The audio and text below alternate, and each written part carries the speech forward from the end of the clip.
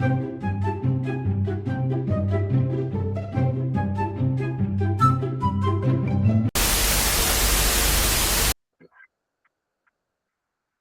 it's let's see, it's recording now.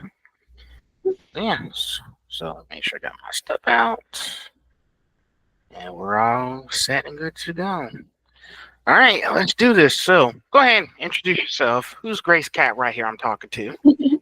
Hello, I'm Gracie Kat. My name's Grace. I'm living up in Virginia right now, but I met Philip down in Georgia, right outside of Savannah. But yeah, I've traveled around the country doing a lot of environmental work, lots of work with wildlife, everything from like also like water quality, sampling, lots of volunteer work, anything kind of in the realm of environmental stewardship, including education and outreach and stuff like that. But I also have a lot of fun hobbies that might come up that we talk about today. I think when I first met Philip, we were looking a little bit more into like photography things. So I have done photography off and on for the past maybe 8 years now. And yeah, I've just kind of had a life full of lots of side quests and gigs and adventures. And I'm happy to be here to talk. Well, that was a lot to unpack for intro. I like it though. The more you talk about, the better. So, all right, let's go right into it. So, first section: environmental stewardship and careers. You've worked everywhere from redwood forests to tortoise habitats. What drew you to environmental work? Yeah, it's kind of weird. Like I grew up going outside a lot. I grew up in East Tennessee, and so we'd go to the Smoky Mountains all the time with family, but I would be like terrified of every living creature, like crawdads, snakes, spiders, everything that wiggled or moved, I would be like running in the other direction.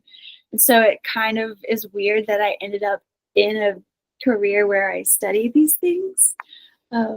So I don't really know how it happened, but eventually I think like a turning point was I watched a documentary about frogs that were dying, and I was like, wow, I want to save the frogs. That's what I could do with my life, save the frogs. And so I don't know, that just led down a whole rabbit hole of environmental work, and I studied wildlife and fisheries sciences at the University of Tennessee, and got a few minors along with that. And in my first job, like really doing outside work, I worked at a nature center for like an internship, but then like my real like pivotal moment was doing research on bats, helping a graduate student who studied bats. And so we would go hiking out into the woods to a cave and just like set up a big net where we would catch these bats and collect data on them. Like, so it was really cool. And I think I enjoyed the excitement of it all, and like how like going to work was an adventure in itself. Wow, sounds like you've traveled to a lot of places. I have. The way you've been discussing, like this is like, it sounded like this is something you knew you wanted to do at the beginning of this journey. Like you knew you wanted to interact with nature, you wanted to interact with animals, you wanted to help animals. There have been a lot of campaigns I've seen out there that want to protect wildlife. And I know you're familiar with some of like the Dawn commercials with helping the ducks and everything. Oh, yeah.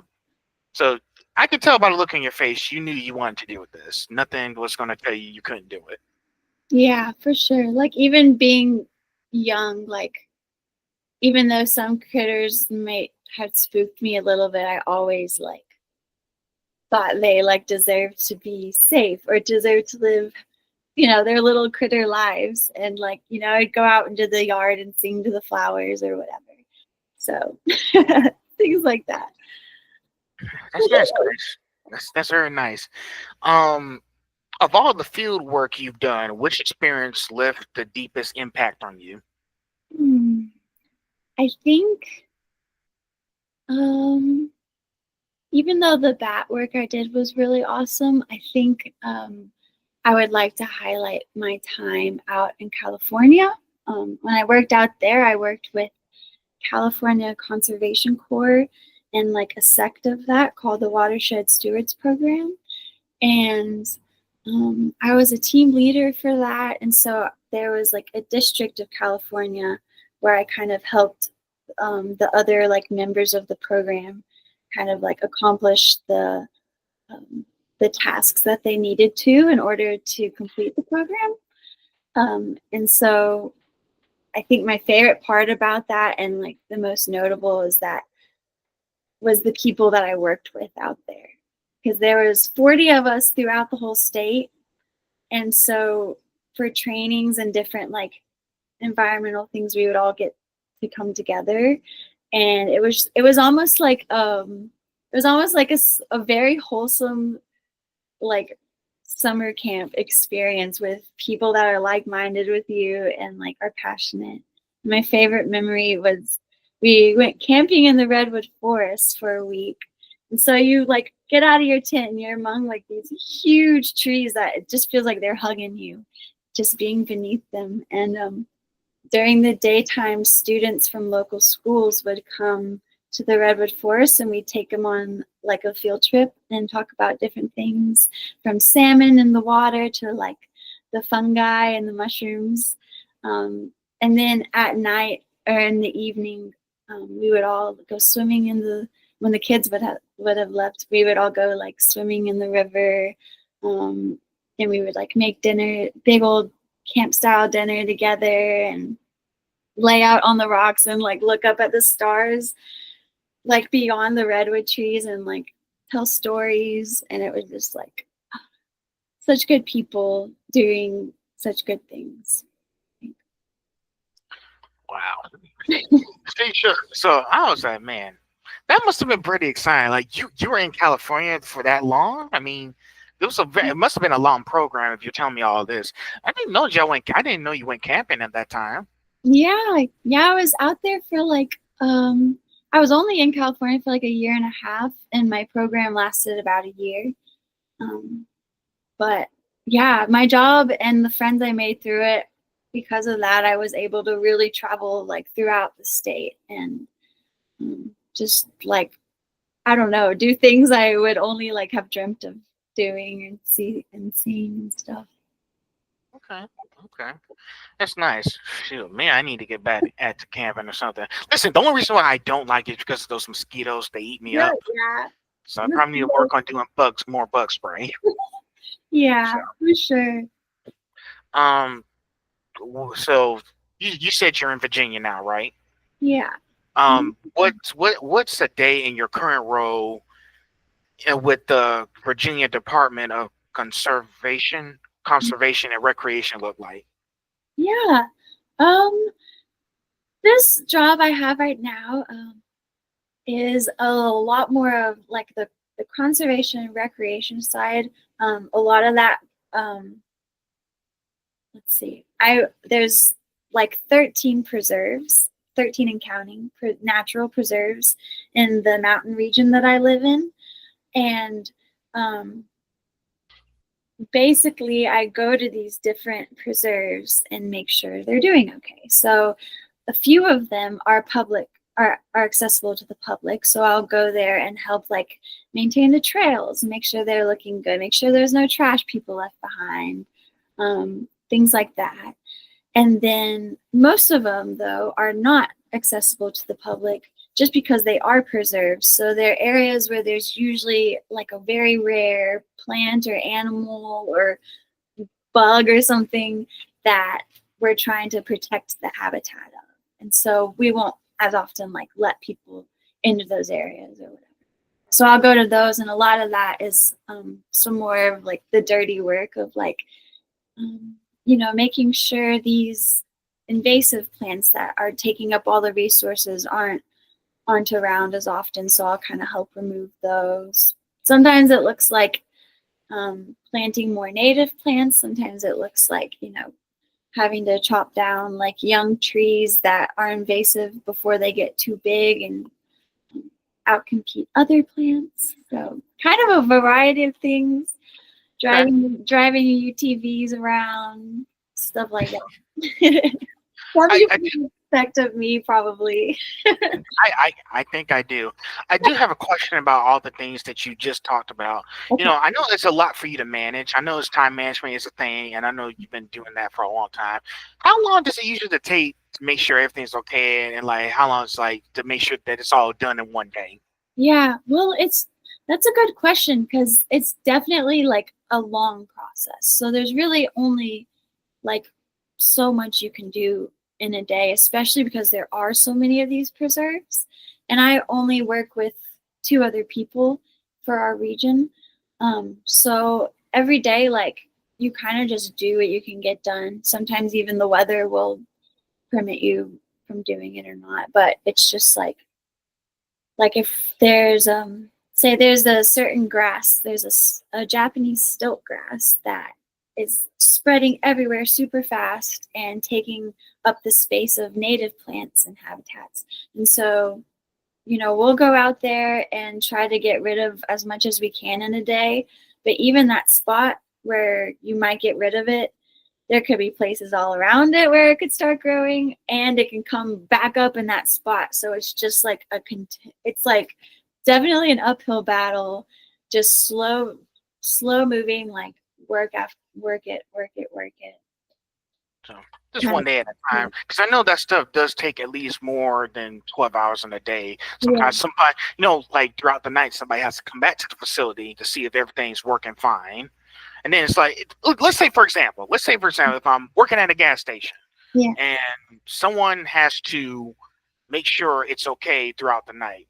One person has to get up in the morning, make sure everything's okay throughout the day, and then another person has to rest and get ready for the nighttime shift and make sure the building's okay, there's no break-ins. So pretty much in your case, same kind of situation. Maybe somebody has to come in to the facility, make sure the plants are okay, and then maybe the next day somebody could take over. But I know you said it's like a more than it's not like a one man job. It's more people involved. So maybe y'all just switch around with groups or teams, maybe.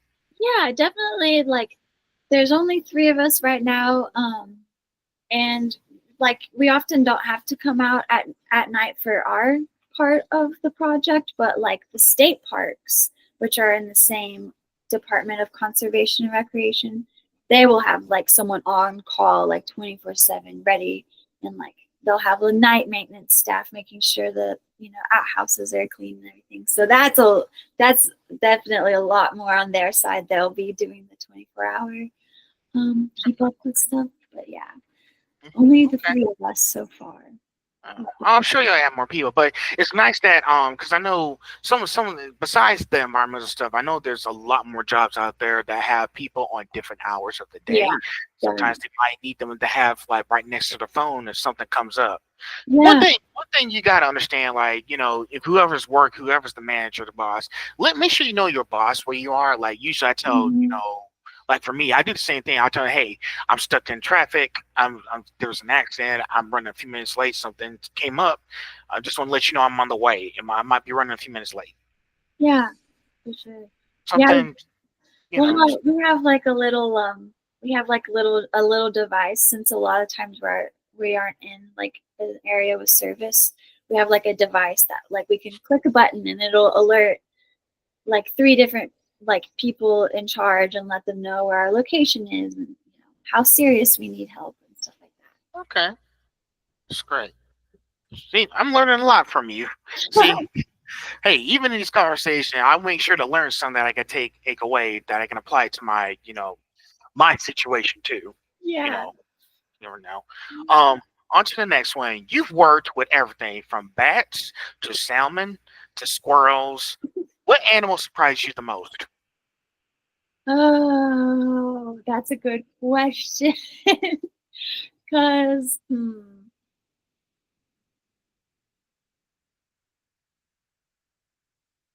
that's so hard, because I really feel like every animal I've worked with has just blown my mind in one way or another. Like, so maybe I'll just give an example of how one of them definitely Oh, sure, that works. I feel like they're all just so crazy. Probably okay. Well, let's see. Mom just say the. Oh no, I'll do alligators. Okay. Because alligators. When I moved out to Georgia, I was like honestly terrified. I was like, oh my god, like alligators were on the top of the list of things I was still really scared of. And but then I started working out on Jekyll Island, and there's like over 200 alligators that could be there like in a day. And and I learned a lot about them, including that the mom alligators are like have super like maternal like nature compared to other reptiles. So they'll bury the alligator eggs kind of up on the bank a bit, and they'll be around to guard them and protect them until they're ready. And then what she does when the time like comes near for them to hatch, she'll go up onto the mound and put her ear up to it and listen for the little like noises that the alligator babies make, like beep, beep, beep. And she can Yep. hear them through the ground. She'll undig the nest and then scoop the alligators up in her mouth or the eggs in her mouth, help crunch the eggs if they haven't got out of them already, and then drop them out into the water. Wow. And I was like, what the heck? Sometimes they do alligators do a lot of weird things. Now I have seen a few TV shows. I think you're familiar with this one called, I don't know if you are, Swamp People by any chance. Yeah. They hunt alligators for a living. I've seen a Mhm. lot of episodes, funny moments in there, but they do live off the land, and I've seen how they hunt these alligators for like to make livings off of it. They do have to respect that the babies need to have their mothers before they can go off. But you can Yeah. see they get into like these all these sorts of situations with alligators terrorizing kids. They got to get them out of there, or it's just just making sure they just have enough money throughout the season as they hunt down these gators. Yeah. Mhm. A I lot of watched that in a while. I need to watch it again. yeah. It's there's so much to learn out there. I could go on and on about like every animal that I've worked with. There's just so many crazy facts and stuff. So next, how do you stay hopeful and energized while working in environmental fields that can sometimes feel overwhelming? Yeah, that's also such a good question because it's very real working in this field where, um, there's a lot of people, especially in our country, that deny like the importance of this field or of the earth or of how things are changing. And a lot of times there's in this job field there's not a lot of funding either for like a well-paying job, so a lot of times with these jobs I'll have to have a second job that I work in the evenings and stuff. But I think for me what keeps me hopeful and moving is being very present when I am outside in nature, because like I mentioned, it's definitely a treasure hunt.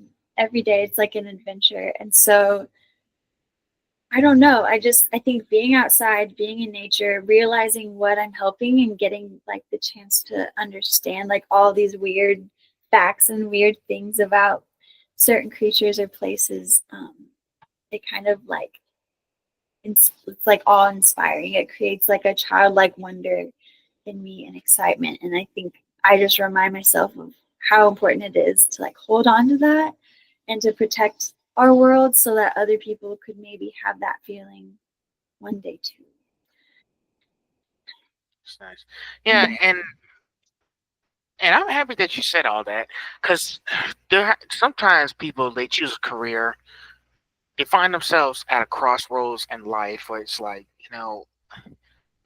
what's the point of all this? Why am Yeah, I doing why am I doing all this? Am I doing it just to do it, or am I just doing it because it just makes a big difference in my life to have to do this kind of work. And sometimes and that's the question us as human beings we have to ask ourselves, what's going to be best for my mentality here, like you know it, yeah, for your soul, like what feels the most fulfilling. yeah. And how can I word this? People just get into a state of crisis when they feel like they've done as much as they can, but they don't know what to do next with their lives. Mhm. So that's basically the kind of, you know, loophole that keeps turning back time over and over again. Like somehow you find yourself in the next phase, but now you're back to phase one. Yeah. If you see where I'm getting at. Yeah, definitely. Like when you are chasing your goal and you get to it, what's next? Or I think they also describe like the like being like your moments of genius are kind of equivalent to how you explain it, whereas some people will reach these amazing moments in life, um, and then after that they kind of plummet because they're like, well, I did that, now what? So yeah. Exactly. Like if it's not fulfilling, then what if it's not fulfilling me, what am I doing this for? Yeah. Mhm. So but hey, that's why we talk to figure Yeah. out how we do these. Yeah. So we're done with this section. On to the next section: creative expression and side gigs. So from burlesque to modeling to tea parties, if you do tea parties, your creative outlets are so diverse. What role does performance play in your life? Yeah. I think like on a daily level, I love like being very intentional with like my fashion, like the outfits I wear, how I do my makeup or hair. Like I don't do anything like over the top, which sometimes I do. Okay, sometimes I do, but not. And there's nothing wrong with doing something over the top because what I'm trying to say is I feel like the way we dress, like really like puts an energy out there. Like I don't know. It's like a little snippet of the things we love in life or what we're passionate about or our personalities. Like when you're walking down the street and you see someone wearing something that you think is cool, you're like, oh, that's such a cute outfit, or like, I love what they're wearing. And it really like lights you up.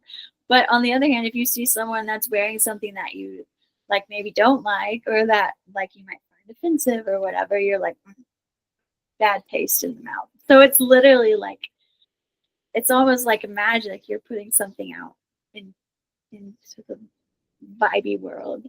Um, so I definitely like love that, and um, I think like my time in when I was in California, I did burlesque for a little bit, and that was an incredible experience. Even though I kind of fell into the group um, sort of close to the time I had left, it was very transformative in a way of like I sort of had a past that was very traumatic, and there was lots of shame involved, and lots of um, I don't know. I kind of like lost who I was. I think from everything that happened, and even just going to these burlesque classes. My burly mama, who was our teacher for the classes, she Wow. really my burly mama, she really like instilled in us like this notion that we are like divine like goddesses, or that, and like how to carry ourselves with like the respect that we deserve, and I think like even just going through those movements, holding myself differently through like this dance, that you're taking off some layers in this dance, and in some professions when you're taking off layers, you're kind of like at the foot of another person, but in this situation it's almost like you own the stage, you lead what's happening next, like you decide who gets to see what and how this performance goes. So I think it like instilled a lot of maybe confidence, I don't know, or just assuredness in myself. Yeah. Yeah. And that's a lot of information. One of the things, and something that you said in your information there's something I did catch in there. Mhm. Sometimes you doing that stuff or anything we do, like someone's wearing a dress or doing like those fashion shows, and I've seen a lot of fashion shows. Sometimes it's not just about the fashion; maybe they're telling a story. And some of these models, they do tell stories from the artwork they've done. One thing I did talk about from the last two interviews that I've done, her name was Allie Woods, the blue girl. I think you saw I was talking to her. Mhm. She's saying that modeling can be a form of storytelling, depending on what story you're trying to tell. One thing, and I want to reference this back to my Savannah Tech College. I had to do a assignment for one of my literary classes, intro to literature. No, humanities class. I had to do something for my humanities class. Something that you said caught my attention. I did a paper talking about, the art and everything. Like, I had to give an example. Like, how some women are like detailing, like how they're using art to tell this happened in history. Some of the stuff. Now, here's the thing. Even though that I don't, like, I'm not a huge fan of art, but I do understand where you're coming from. Some of the people who created their designs from scratch, they had to use whatever they could find. They used some of the stuff did detail a story and symbolism on their culture. Some of the people I know, like Hispanics or Asian, they made all their costumes and culturistic views from their standpoint, their perspective. So basically, they were telling their story about how they got to where they are today, what their country is like. It's pretty much in that same type of scenario that you're seeing now, especially with you telling me all this stuff now. That's what caught my attention. I thought I might want to bring that up. Yeah, that's awesome. That's a really good point. So, sorry, this just when you said that, I got really excited, and I just want to tell Yeah, you the experience that I did from some of the stuff that I did back then a few months ago. yeah. No, I think that's such a good point. Like bringing up how it is storytelling and for so many different levels, especially when you bring in that culture to it. That it's sometimes like giving that visual we need to like dig a little deeper, understand someone's culture a little better. So, next one, what inspired you to get into modeling, and how has your style evolved since 2018? Yeah. What inspired me? Well, I think one part was I was sort of at a moment where at the time, I had just gone through like a big old breakup. I was not doing very well emotionally and mentally and all. So I was looking for kind of like a new hobby and a new way to make friends and to feel empowered as a person. And and that kind of is how it started. And there was someone named Forrest who reached out to me, and I did my several of my first photo shoots with him. And he's a photographer, um, kind of in the East Tennessee community. And so from there, like other photographers around town started reaching out to me, and I got to do so much photography, and it was so fun. I think my style has changed. I used to wear a lot more black. I used to wear a lot more black and a lot more like I almost think I've gotten like more uh, like girly-ish over the years.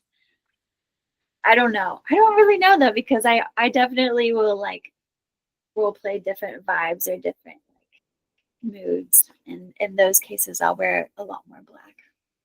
And I follow Okay. the seasons a lot, so I guess I don't know. Well, you had to find your certain niche, Yeah, yeah, that's true. your, That's true. your special place. And I Yeah, know it took some time to get there. I went through the same thing that you went through too. yeah. I think what happened was I was in college, was focused on trying to get my degree. What happened for me was I was so focused on just standing out and just trying to like get people to know me. But then I realized this is not what I wanted.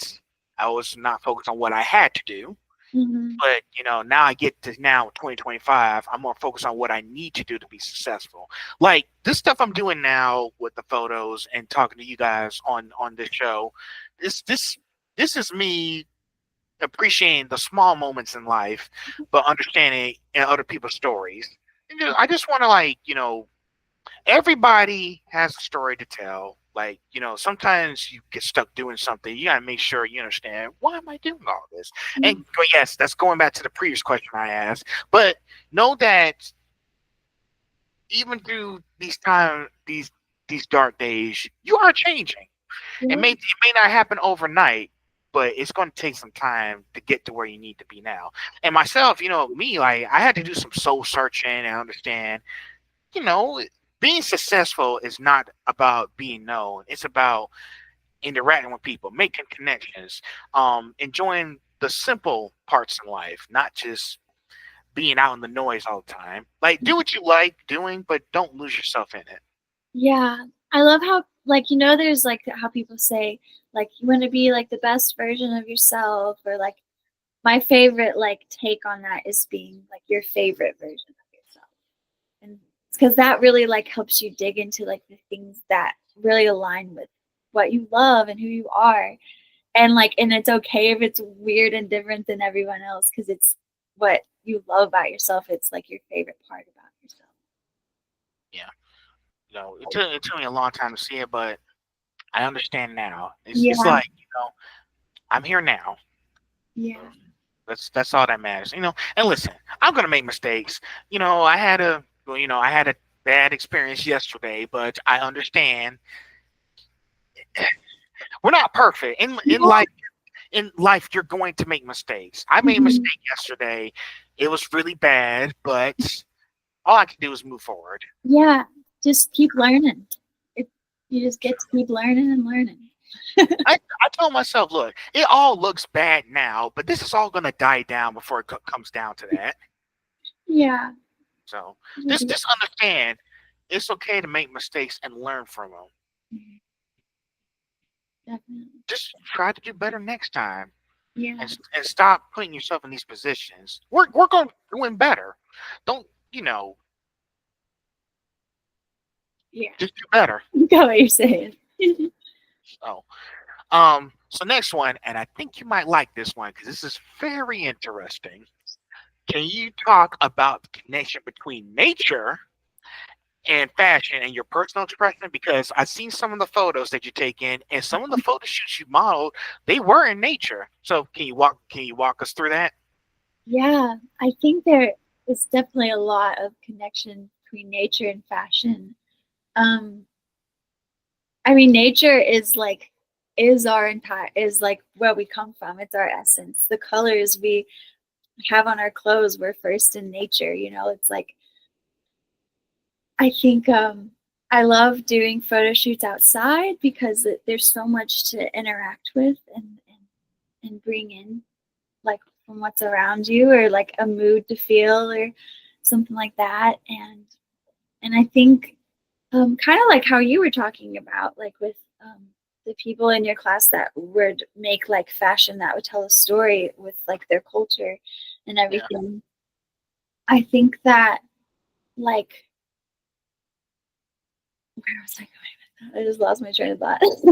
I think that with like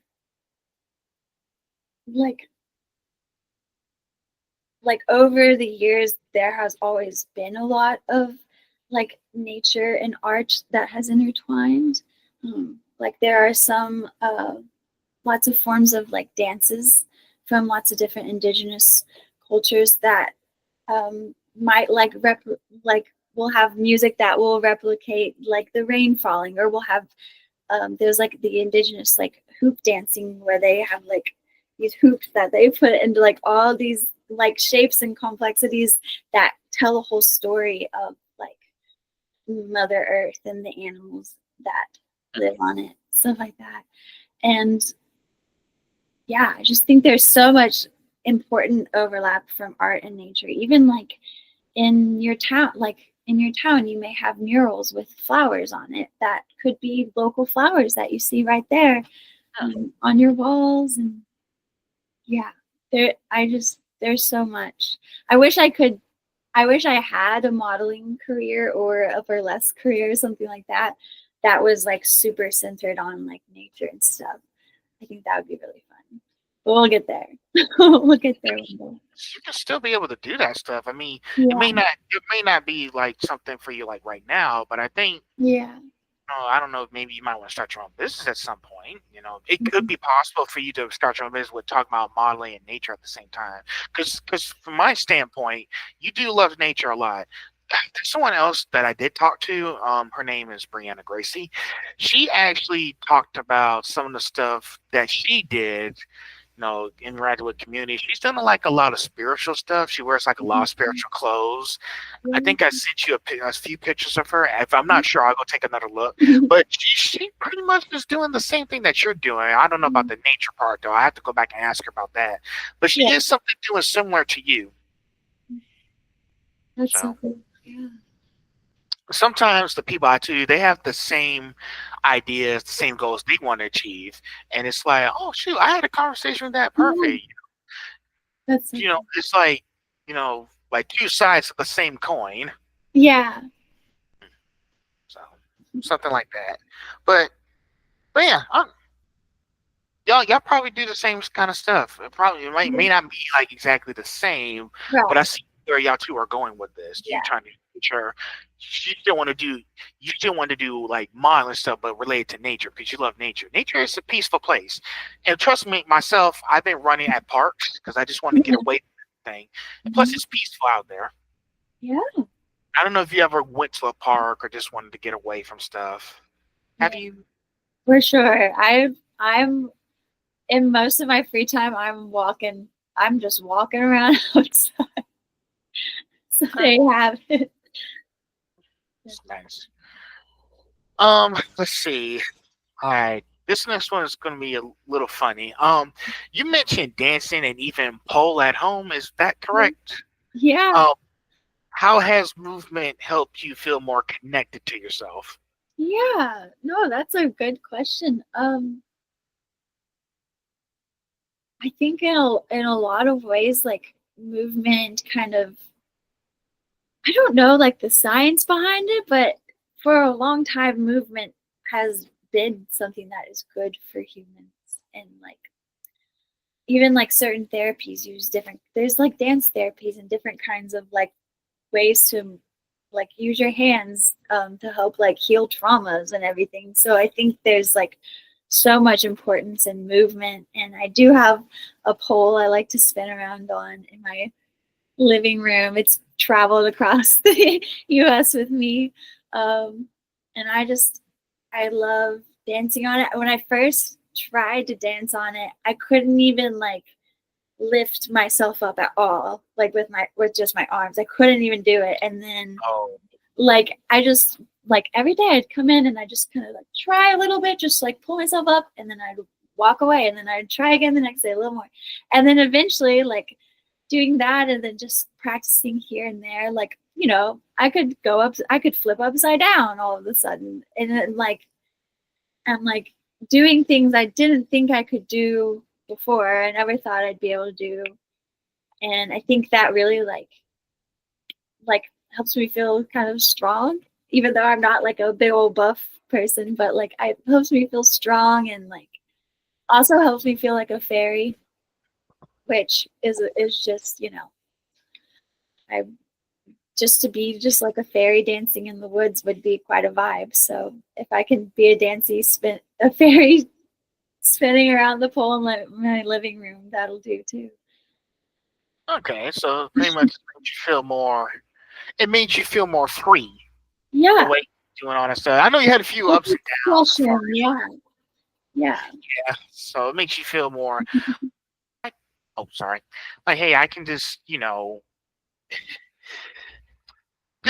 like, hey, I feel like I can just do whatever I can yeah, freely without any restrictions, no limits. Like totally. nobody can put limits on me. I can do whatever I want, Yeah, totally.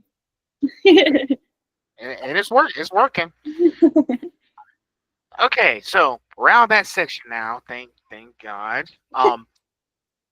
Next section is mental health and recovery. So Yeah, you've been open about your journey through mental health challenges. What helped you turn a corner in your healing? yeah. I think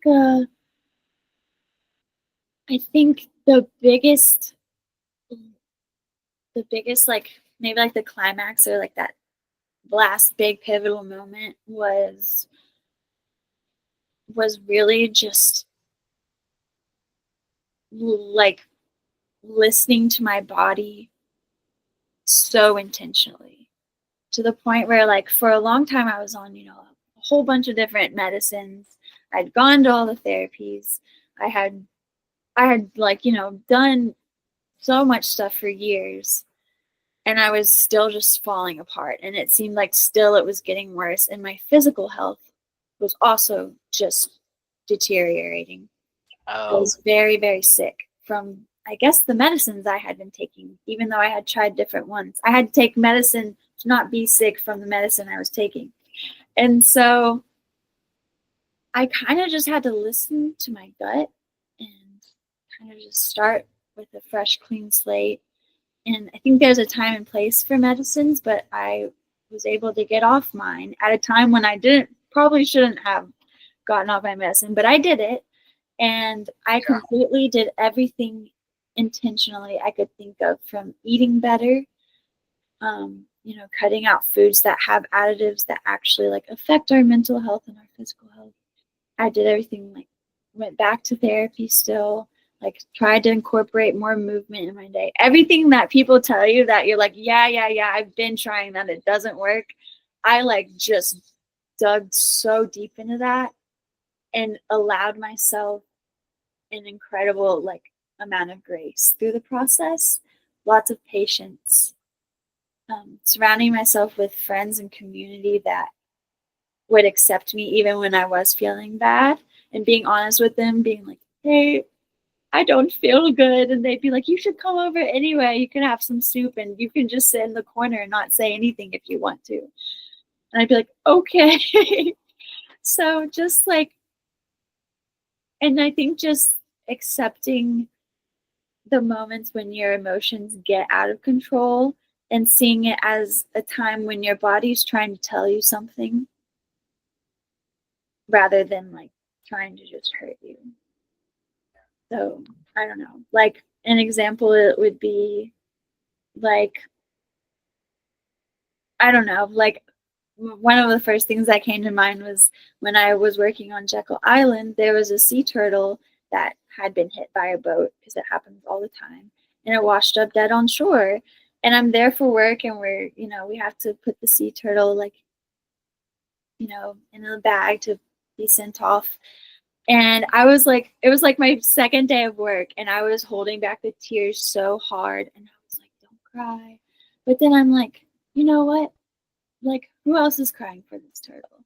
Like, it's not silly that I have emotions and they feel big, when it just means I care a lot. So I kind of just started loving myself and my emotions. And I think like a combo of all of that and more really helped me just like heal, like more than I could ever imagine, which is wild. It looks like you've been through like a traumatizing event. I know it's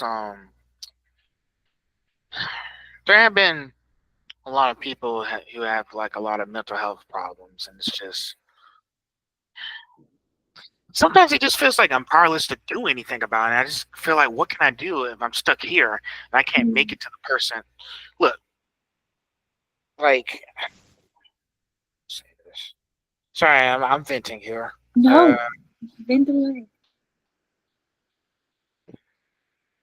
I can say this: someone in this world could be having a mental health crisis, or somebody could be dying right now.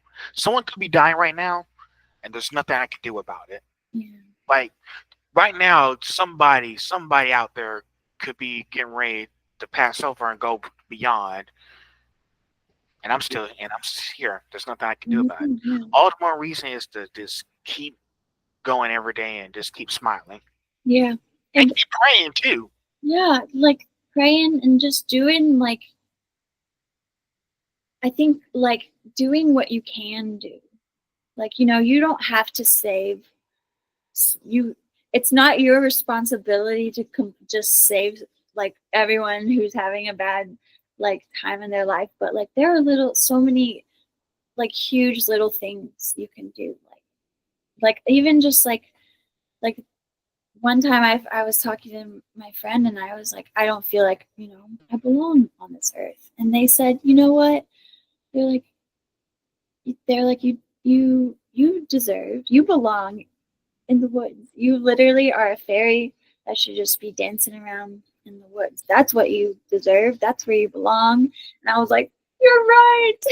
But like that, just for the years that I had dealt with um, not feeling like I belonged, even just like a simple phrase like that, because they cared and they saw like magic in me that I had lost touch of, like that was life changing. You just like do what you can, but don't shame yourself for not being the savior of everyone else. And you are right. You can't save everybody. Yeah. You can only try. Yeah. And So, sometimes even just being a witness, like some things feel so out of hand. Um, like people that are suffering, across the world, like it feels so out of hand. There's only so much you can do, on the other side of the ocean. But it's like, I think even at the base level, just being a witness for people too is important. yeah. I think too is there has been a few situations. Some people may not want to be helped, and that part's true. One Yeah. thing I did learn from, I think I saw a TV show, but the person was right. He was saying, but now I'm not so sure anymore if I can trust him. The other guy was like, well, you can't fix other people. When Mhm. people like that start flailing, it's not your job to rescue them from themselves. It's your job to make sure to be there for them when they're ready to get their life together. Mm. Yeah, So, it's a good way to put it. Just be there. mm, Yeah, because so sometimes people don't think, it's not even that they don't want to be helped; they just don't think they deserve to be helped. And sometimes just being there is a good reminder of being like, hey, you do deserve to be helped. You do deserve to have a buddy like by your side when like on your journey to feeling better. For sure. you gotta have friends in tough places. Mm. Um, so I know that was a little emotional, but it's a good thing that we're talking It's about always these good. things because someone that might be hearing us right now, so they can understand this is what I needed. Mm. So that's the main point of me having these kind of conversations. I want to learn your backstory, the challenges, the experiences y'all had to go through. That's why I'm being able to talk to you like this. Yeah.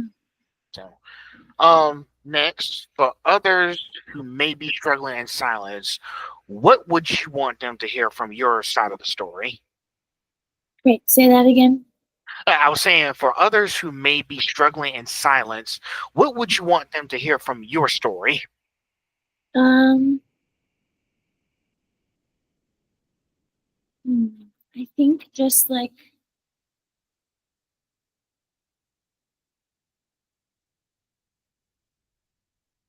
I think just like that it can get better. I think like just remembering that it can get better and to be patient with yourself and to like listen to your body. I think those are like the biggest things. Like people always say you're your own worst enemy, but you could also be your like your own best friend at the same time. So it's like I don't know. There's a lot that like I haven't shared with the world, obviously. Like we all have like the depths of like our struggles. And I think a lot of time when people see me, even when I have been at some of the worst times of my life, like I look fine from the outside. And so um, I hope that other people can feel validated in their journey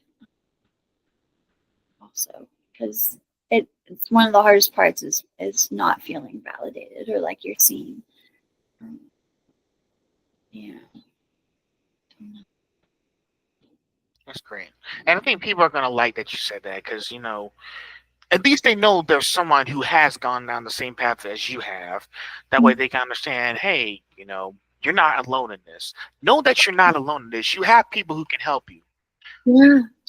But Mm. the crucial part, this you'll agree with me, the crucial statement I'm going to make here is they can only help you if you can help yourself first. Yeah. So true. Next one, how do you nature and creativity support your mental health today? Yeah. I think like going back to that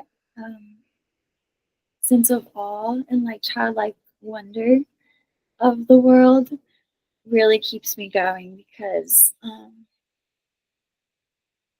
don't know, it grounds me. It's grounding in a way where like when things seem awry, like it's almost like I can escape into this other world that is our world by just going outside and being like, this is the craziest salamander I've ever seen. And then like imagining, gosh, what does the salamander go through? Or like, I don't know, it kind of takes you out of like your own ego and like grounds you and brings you kind of back to your home and where you're living and like um, I don't know, kind of separate it brings you back to your roots, like literally. I think I think nature and like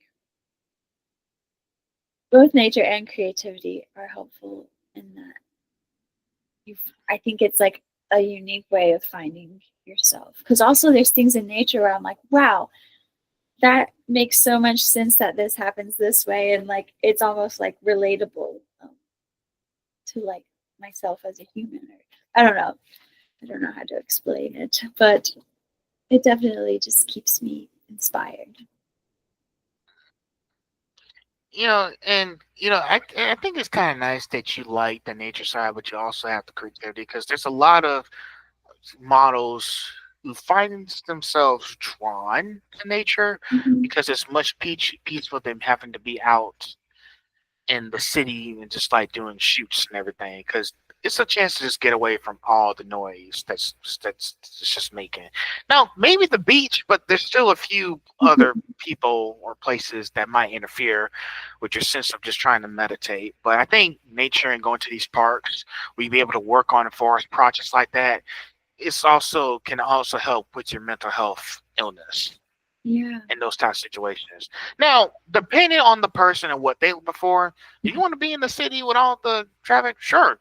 Do whatever you can. Do whatever you want. I don't care. As long as it makes you happy. Yeah. And But I think on like a weird like sciencey level also like humans like our oldest ancestors go back like a couple 100,000 years I think. And then like the agricultural revolution and stuff only happened like 40,000. I think I'm getting these numbers right. And so the age of us like being inside all the time is really just like a blimp of our existence as humans. Like sometimes like some of the struggles we have, um, I at least I've found can be like relieved by being like connected to where like my ancestors are from and like how we evolved and where we came from like is just right outside the door. Kind of crazy. okay. Kind of crazy. Hopefully my numbers were right there. Listen, you It's got it right. But percentage. yeah. Well, I mean, as I said, for anything goes, whatever you choose to do, like whatever place you feel like you'll be the most comfortable Yeah. and maintain to like, recharge yourself before you go back into the noise. As long as it works for you, I'm all for it. Yeah. So, so let's see. What does better than ever feel like to you now? Um, there's a lot less um I'm a lot less shameful of myself and of who I am. For a long time that would keep me from doing like anything or even going to the grocery store. Like I love myself, which is just the craziest thing in the world. And yeah, I guess there was a time when like my anxiety and I had like PTSD, some pretty bad PTSD, and I really couldn't do anything like without feeling terrible. like physically, especially, and like mentally and physically. Like it was just like, really is debilitating. But then like now I like get up and I go about my day and I'm not ashamed of who I am and I feel better and I love myself and my emotions even in the times of their intensity, and everything just feels a little bit more tolerable, but it also feels raw at the same time. There's like a rawness to everything, especially after like getting off of medicine after so many years and kind of just being in my own just body.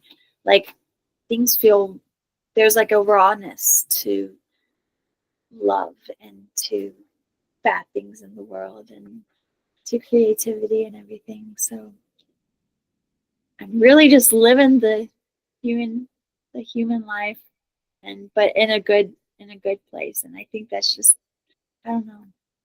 I mean, now I'm just riding the waves and grateful and trying to give back in ways I can. Had to had to abandon, you had to bury that old Grace from before to the one that you are now.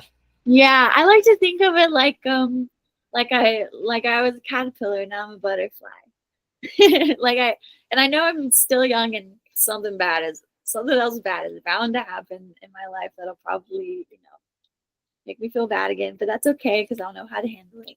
But I'm so thankful for all like the bad things. The caterpillar times were necessary to be a butterfly. Okay, all right. I love it. Well, we're getting close to the end here, so on to the next one. Life in general, the one we've been waiting for. Well, sort of, kind of. So you've had over 20 jobs, if I'm correct, right? Yeah. Jobs.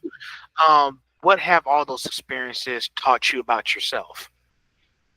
Um, I think it's taught me that I like to do a lot of different things. that I'm like I love learning. That's probably a big one. I just love learning new things and trying new things. Like sometimes, we get stuck in cycles, but I think that by like getting myself to do different things and try new things and learn new things, it's easier to kind of like break some of those cycles, even the ones that are unhealthy. So I think like I don't know, it's almost like just like you're in a video game and you're going through all the levels and you just keep leveling up. That's like how I try to think of it. Like I've done all these side quests, and like I'm like boosting up this knowledge that I hadn't had before and these skills I hadn't had before. That's kind of just like all life is, I guess. Oh, But true, you know true. what I mean? Yeah, I get what you mean. I get what you mean.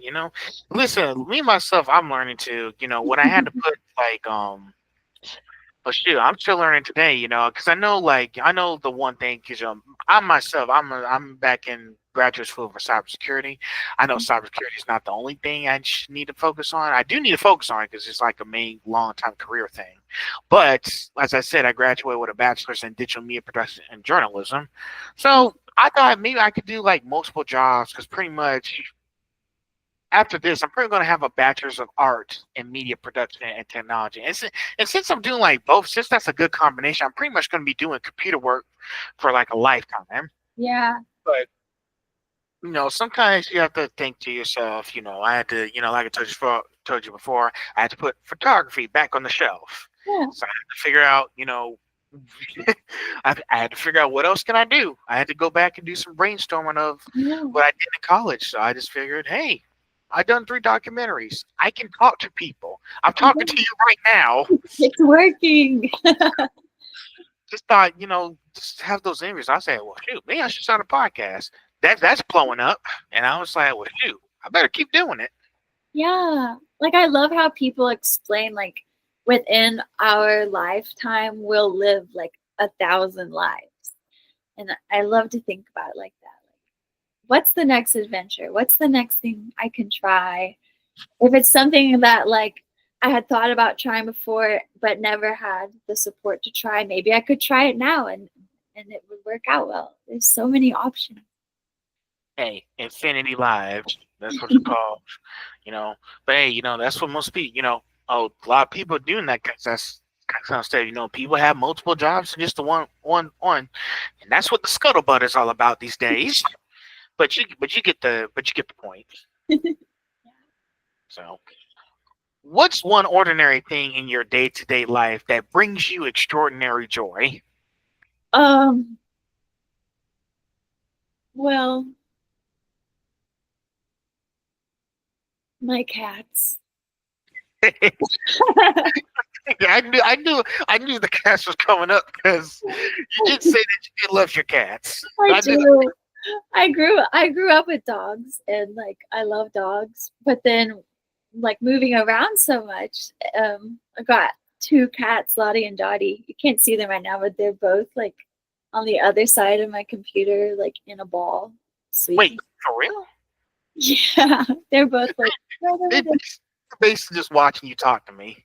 they're so sleepy. They're like asleep. They're like curled up. But Cuddling. I will just like stare at them. I'll just stare at them being goofy for I could do it for hours.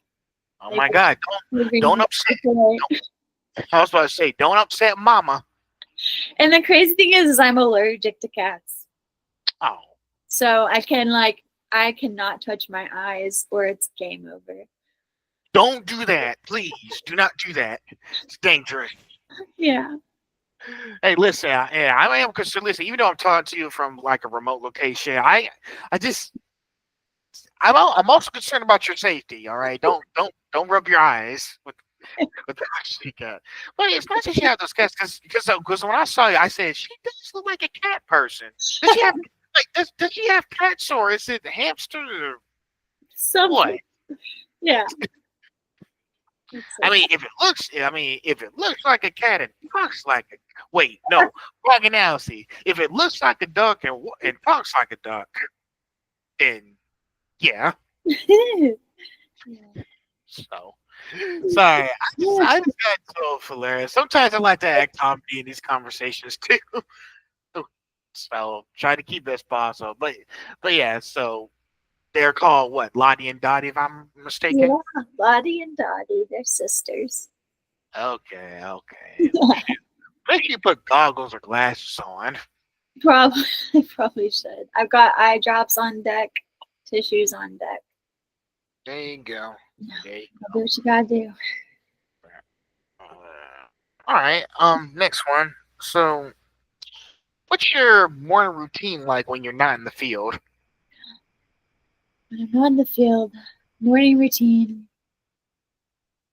a cute outfit, cute makeup, and I love starting my day off with like I love taking a walk in the morning, especially like the town I live in is rather walkable. So I love to like ideally walk somewhere and get like a little breakfast sandwich and a little coffee.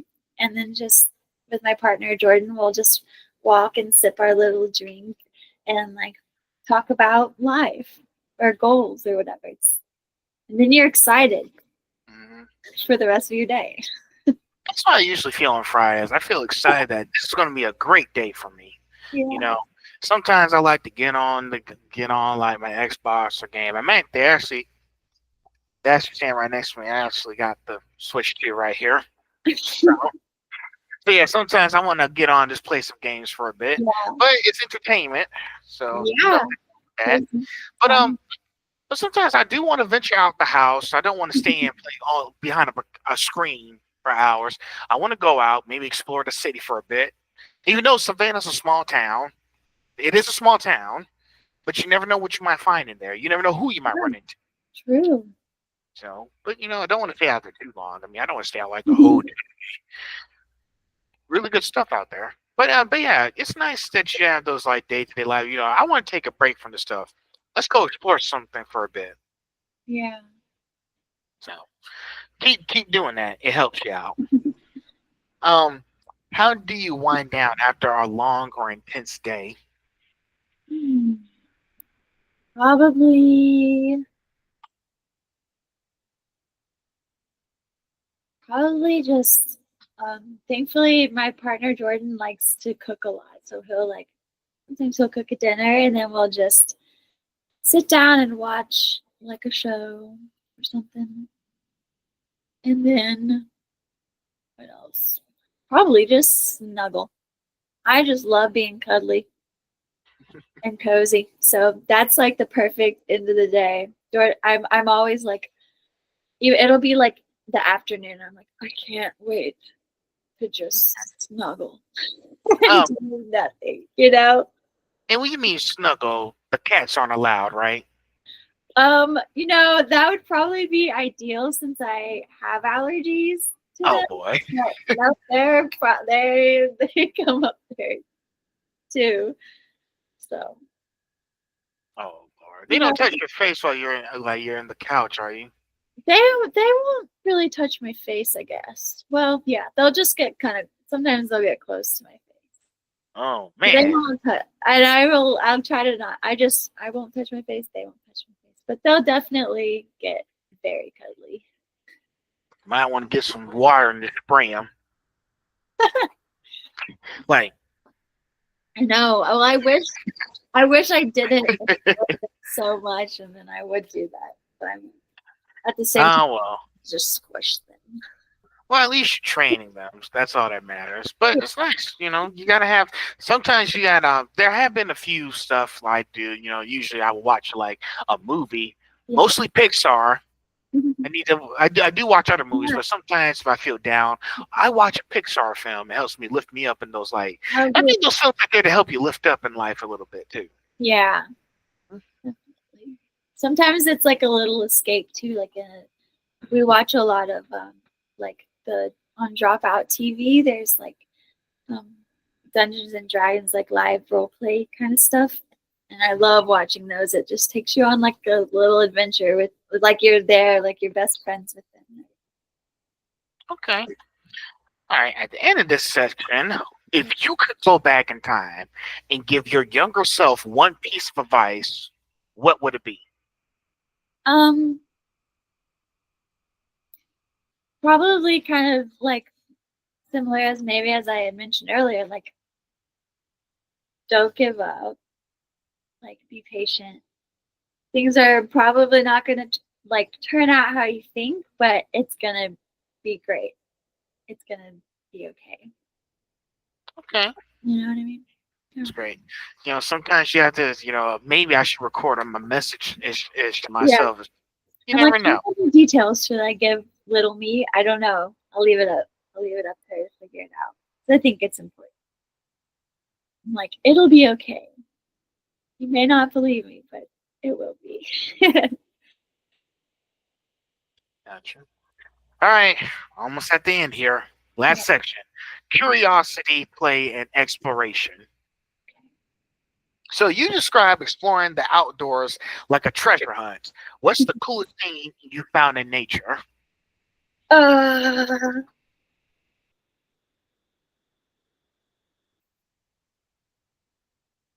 I don't know. I think I'm finding new things literally every day. Okay. Um, it's always cool to see an animal that there have been some animals I didn't know lived in the United States. And seeing them, I'm like, what? But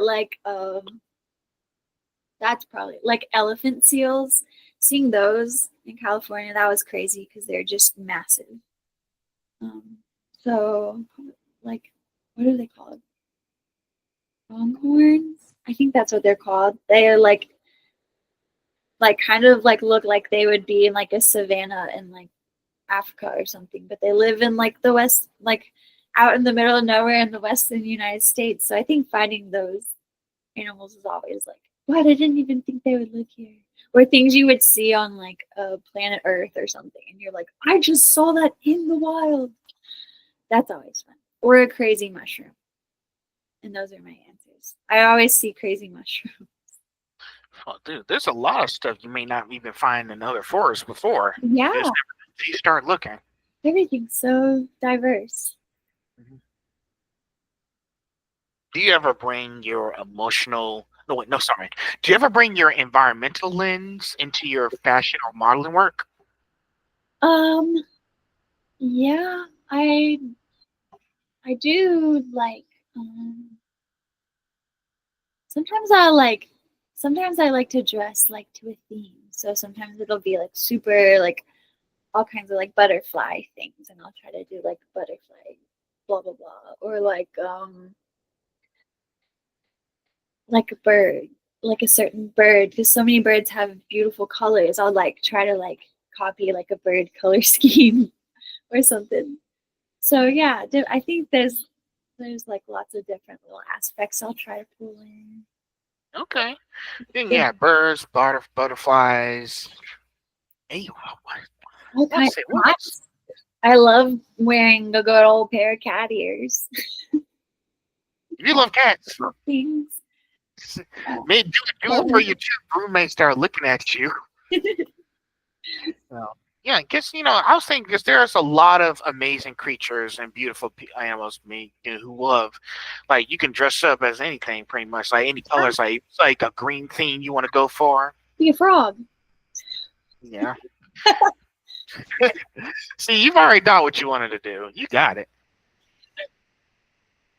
So, but it's nice that but it's nice that you're taking the environmental experience that you've had at your job and applying it to some of the like preferred like creative work that you're doing.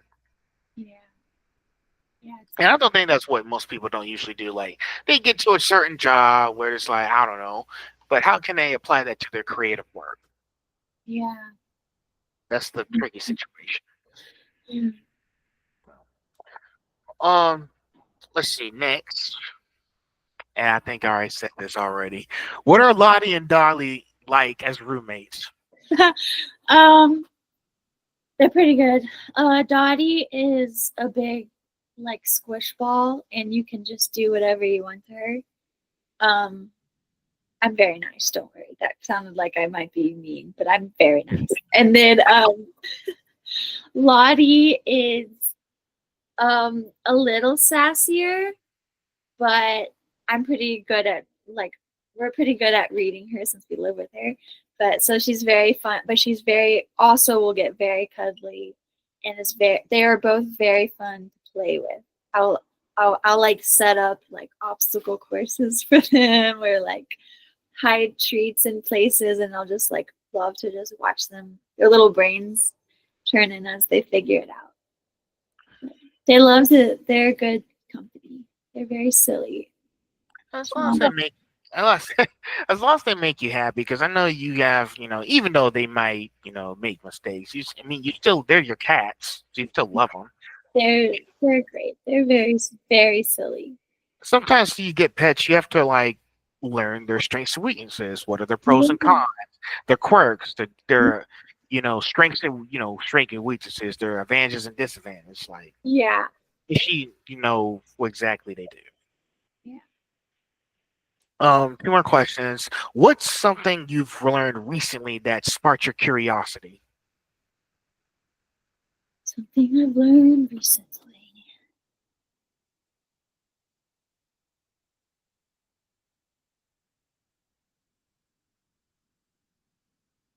Hmm.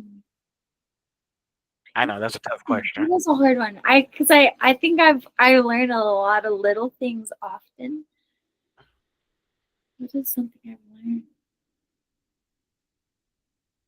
Oh, Hey, well, I don't know. Like, I keep going back to like weird animal facts. it's But okay. but recently I recently learned about naked mole rats and how there's like all the naked mole rats have like certain jobs that they like carry out for their little group. But there's one naked mole rat in the group that like doesn't seem to really do anything, but it would always get first dibs on all the meals, and everyone was like, it was just like chilling all the time and like getting really chubby. And then scientists found out that after like when it was like a big rain would come down, this really big one. would go and stick its little bum like up into the hole that they would like use to get into their burrow. So basically, like his job is to like plug like the hole so the rainwater doesn't infiltrate their burrow. And Okay. so that's kind of crazy and silly, but I think learning things like that is it just keeps like is always so mind blowing to me because I'm like, oh my gosh, like there's so many systems and ways things work that are even just so silly like that that I'm like, I never would have known. Just like endless things to learn. I thought that was pretty crazy.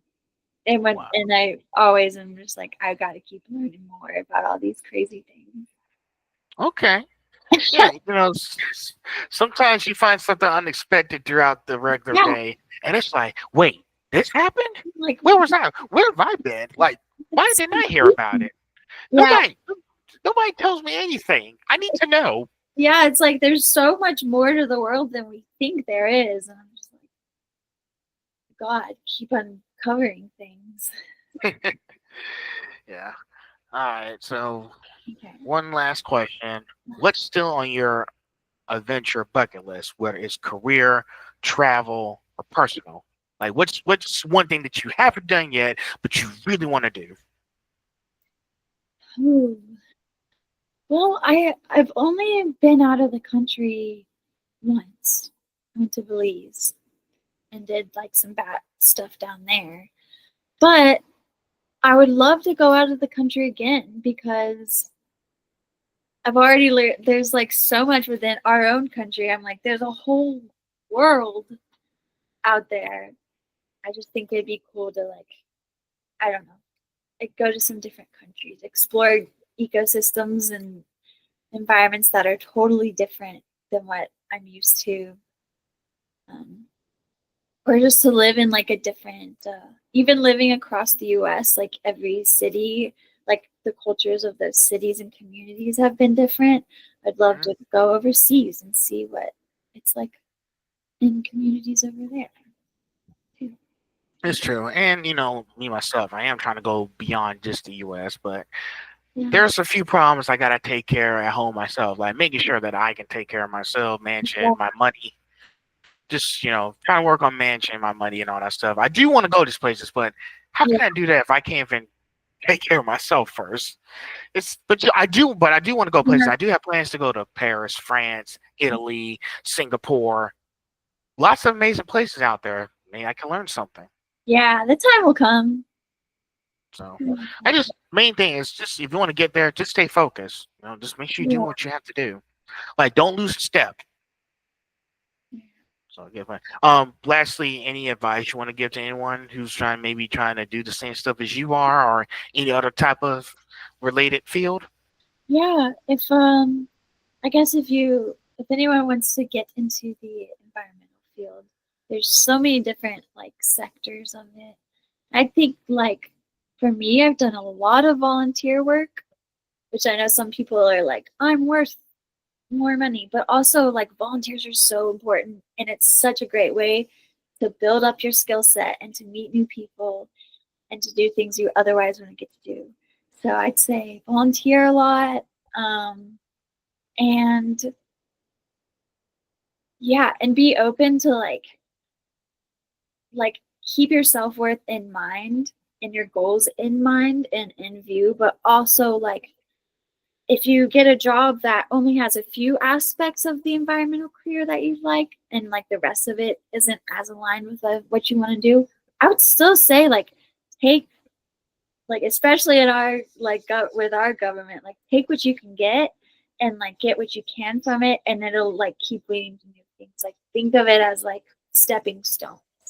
Like you don't have to get to the end goal right away. Just like even things like if you are serving at a restaurant and you want to do environmental work, you can still use like the skills in your restaurant to be like, hey, I'm great with working with a group of people. Like I can work with a small group of researchers. I like to be on top of things and time management, blah, blah, blah. All those skills you can use everywhere. So just like use your skills to your advantage and don't be afraid to just keep like going and just take it one step at a time. True.